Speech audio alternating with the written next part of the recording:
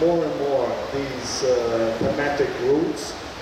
The Silk Road would be the most famous, well-known one, but also maybe at the same level, the St. James Way that brings together Spain and France, and many more.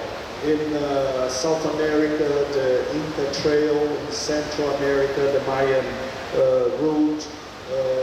Now in the Mediterranean, more recently, we have seen efforts in developing the Phoenician route. So let's think of the Buddhist circuit as a very important initiative, one of the most important ones that we could think of within the context of the thematic routes that bring together destinations from within one country or destinations in a region.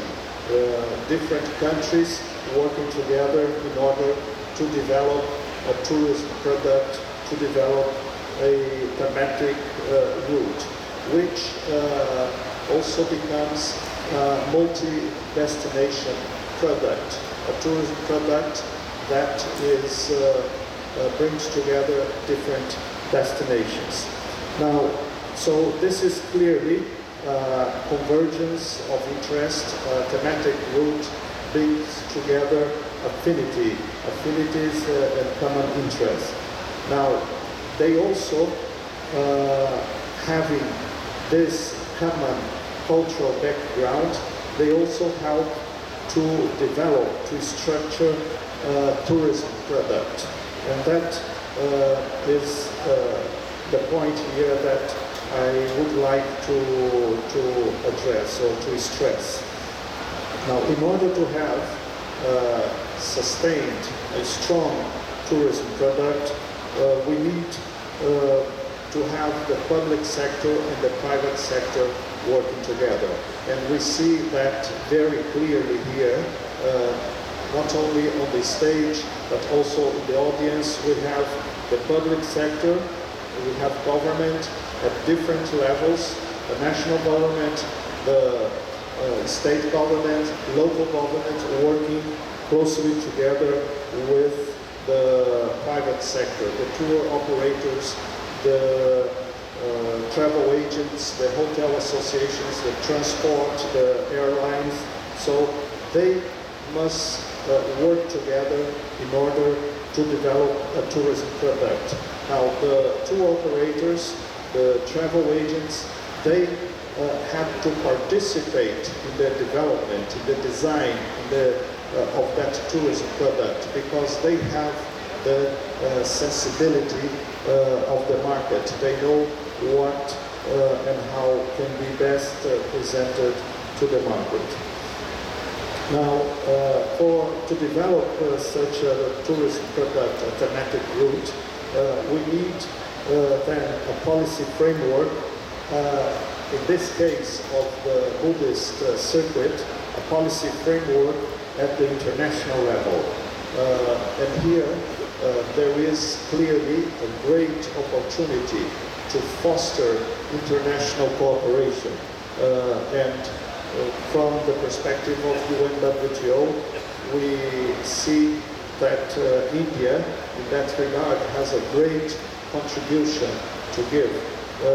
Not only because it has so many tangible, so many heritage sites of the Buddhist heritage from Buddhism, but also because we can see this is a clear policy coming from the Indian government, led by the Minister of Tourism and Culture of India. So this is a great opportunity to foster international cooperation through tourism and bringing together countries from the region that share the same Buddhist heritage.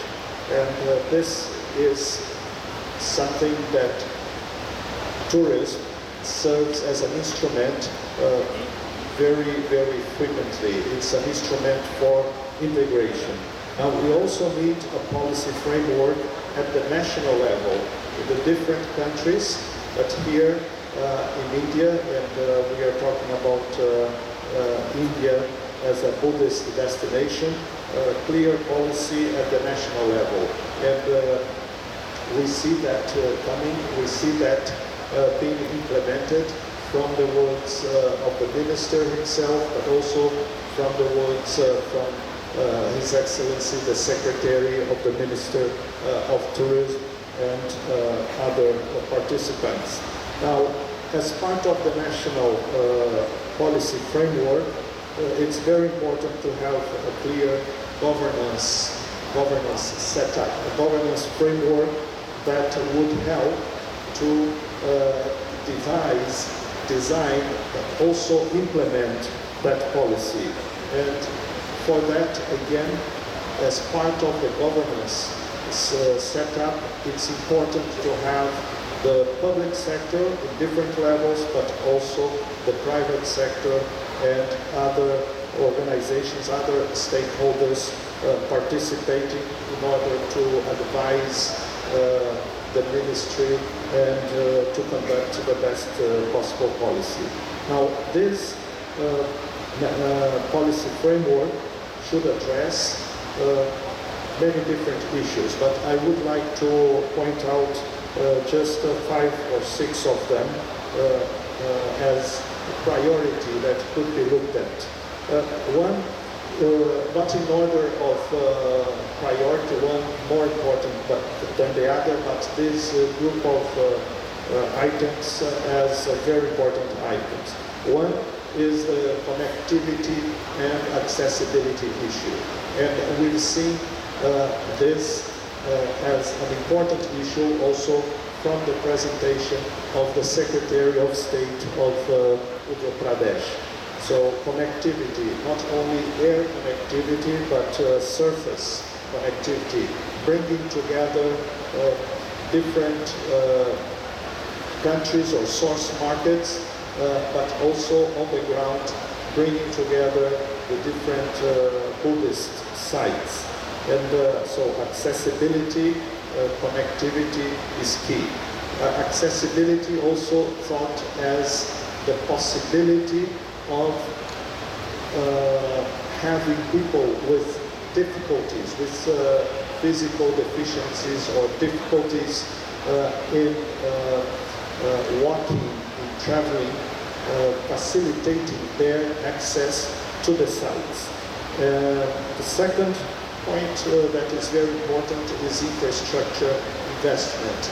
Infrastructure in order to help this connectivity and accessibility take place, but also at the sites themselves and around the sites, so that even the local communities, the surrounding communities are benefited from that tourism policy. Third, I see that it's very important to develop a clear identity for the Buddhist circuit. So this is a very important discussion that would lead to a brand or to a branding and marketing strategy so as to integrate the efforts of the different stakeholders and deliver one message. So you may want to think of having a brand for the Buddhist circuit that would be used by all stakeholders when promoting this tourism product, when promoting the different destinations. The fourth point I would like to suggest is to have in place a regulatory framework that is conducive to private investment and business development. So we know very well that tourism is, let's say, conducted on the ground by the private sector. And our sector, tourism, has a very interesting feature. It has very low barriers, whether technical or capital barriers, for new businesses, to set up new businesses. So tourism can be a great entry door, not only for young people, for women into the labor market, but especially for young people, young talents, whether young men or women, to set up businesses, small businesses in our sector. And this could be a very important feature of the policy framework to be implemented regarding the Buddhist circuit.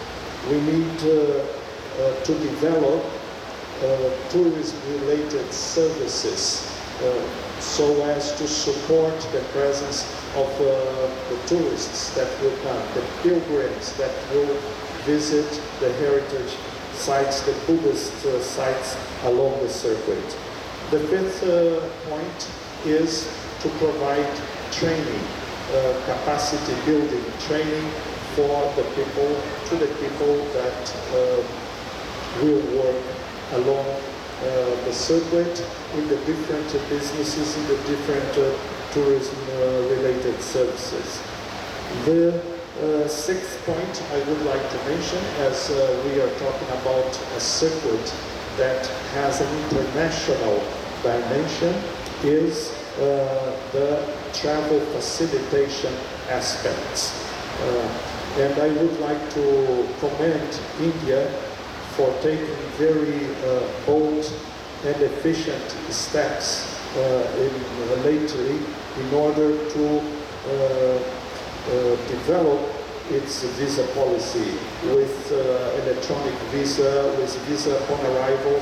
So this is the type of initiative in travel facilitation I want to refer to, but also not only in the visa policy, but also in the procedures to implement that visa policy, whether you have no visa or visa upon arrival or electronic visa, you can always do better in the procedures, in the process.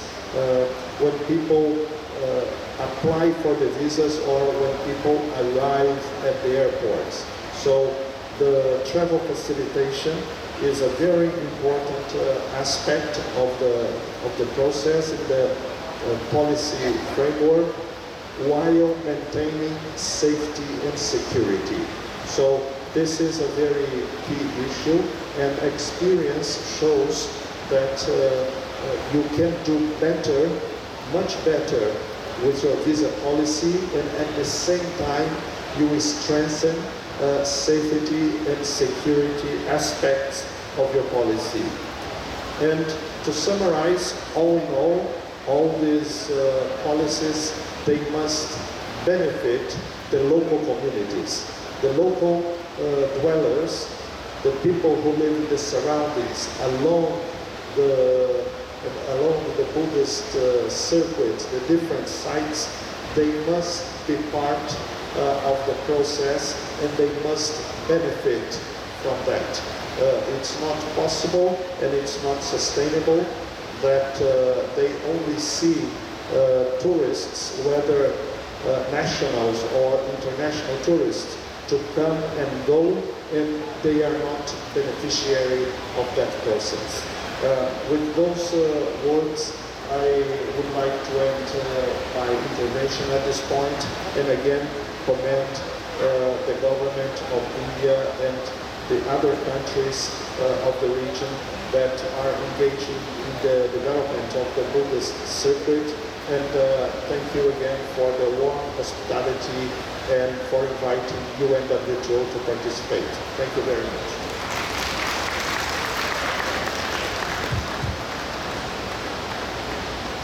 Thank you, Excellency, for imparting ideas and suggestions, which I think would apply not just for promoting Buddhist tourism but also all aspects of tourism. You spoke about infrastructure, access, connectivity, capacity building, and they are so relevant. And the best part about the involvement of a world body like UNWTO is that you have given a global perspective to the Buddhist circuit and Buddhist tourism. May I now invite our last speaker on the panel, Ms. Stefania Abakadi, Senior Development Planner, Culture in Sustainable Development, World Bank.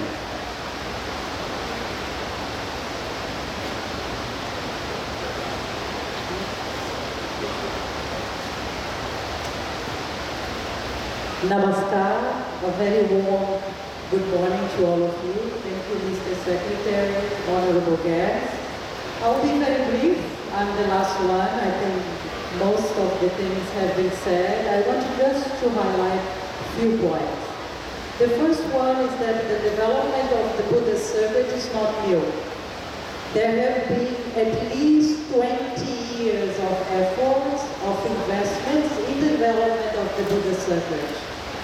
Yet, we still see many challenges. There are challenges in terms of policies, of infrastructure, at all levels, as we all see. This is one. The second one is that these areas of challenges, perhaps what I would like to do now is to share some suggestions of how we could address these issues in a slightly different way. The first one is absolutely important. Infrastructure is absolutely important and must be a priority. But the how you plan and the how you offer this infrastructure is absolutely fundamental, especially for the Buddhist circuit. One thing we see is that the sites, Sarnath, they have been developed without taking into consideration the context. Once the Buddha said to Ananda, if you want to meet me, you're going to meet me in the trees, in the wind, in the air, not necessarily in the monuments, in the gold, and the statues. And we keep building more of the monuments and gold and the statues, rather than rescuing the forest, rescuing the water, rescuing the nature, which really inspire him and inspire his teachings. So the first thing we would like to suggest is, yes, it's absolutely fundamental to keep developing the Buddhist circuit. As of today, of the 490 million Buddhists in the world, only 200,000 actually visit the sacred sites, because of lack of so many things, but also because of lack of identity, of connection. The other very important point I would like to raise here is the need to go beyond the sites and look at the people. Buddha spent 45 years walking thousands and thousands of kilometers to meet and connect with people. We see the development of the Buddhist circuit, the Buddhist sites, but we don't see the linkage of this development with the local population, which ultimately are taking care and to a certain extent are carrying this enormous heritage.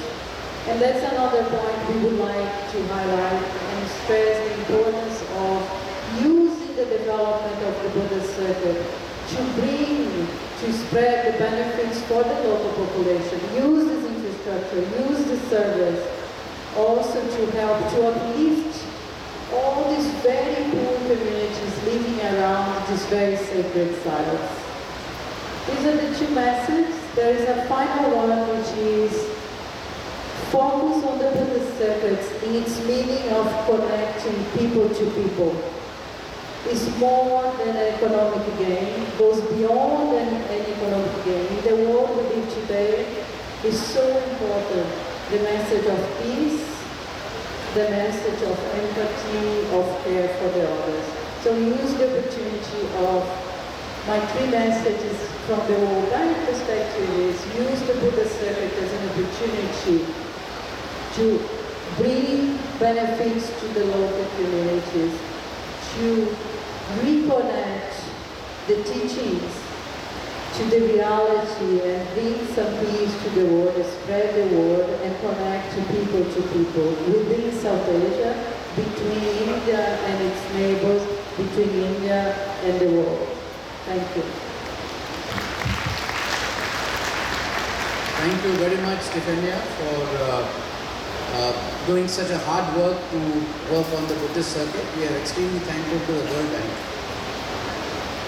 Ladies and gentlemen, this brings the end of the speakers making their presentations.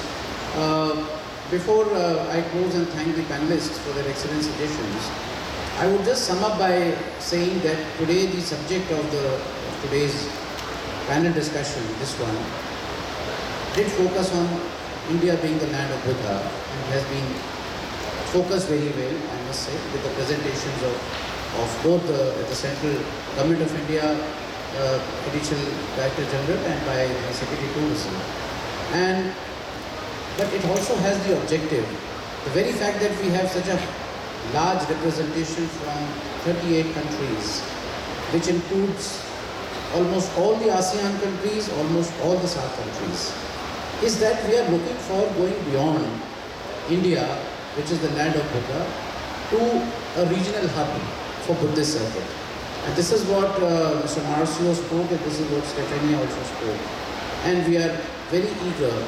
We will work together with ASEAN nations, with the SAARC nations. We are already working with SAARC nations in the last forum meeting that we had. And in the presence of the world body representative with Mr. Marcio here, with the World Bank, we need to have a global perspective. And if we have a regional hub for Buddhist circuit, the market will be open to the tourists from all around the world, which means Buddhist tourism is not meant for the ASEAN, SAARC and India alone. We need to have tourists from all over the world to see the heritage of Buddha in India and around. So ladies and gentlemen, with those remarks, I would like to extend my sincere thanks to all the panelists for their excellent suggestions, which is going to pave way for enlightening us to do better in tourism of Buddhist heritage. Thank you very much, ladies and gentlemen.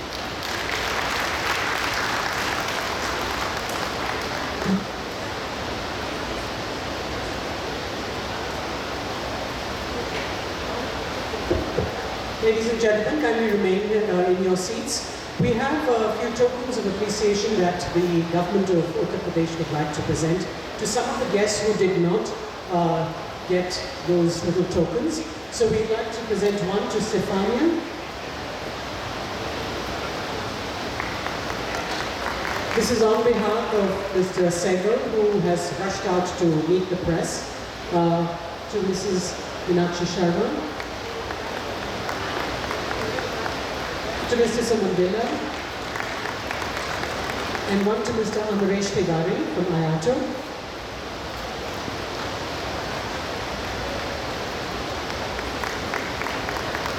Thank you very much. Thank you for our panelists. Ladies and gentlemen, we move on to the next part of our program, which is the second panel discussion.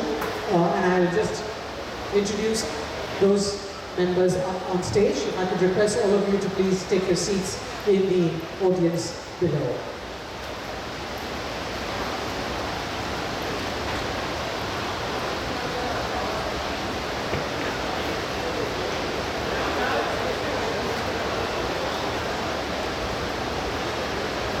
So we move on to the next panel discussion.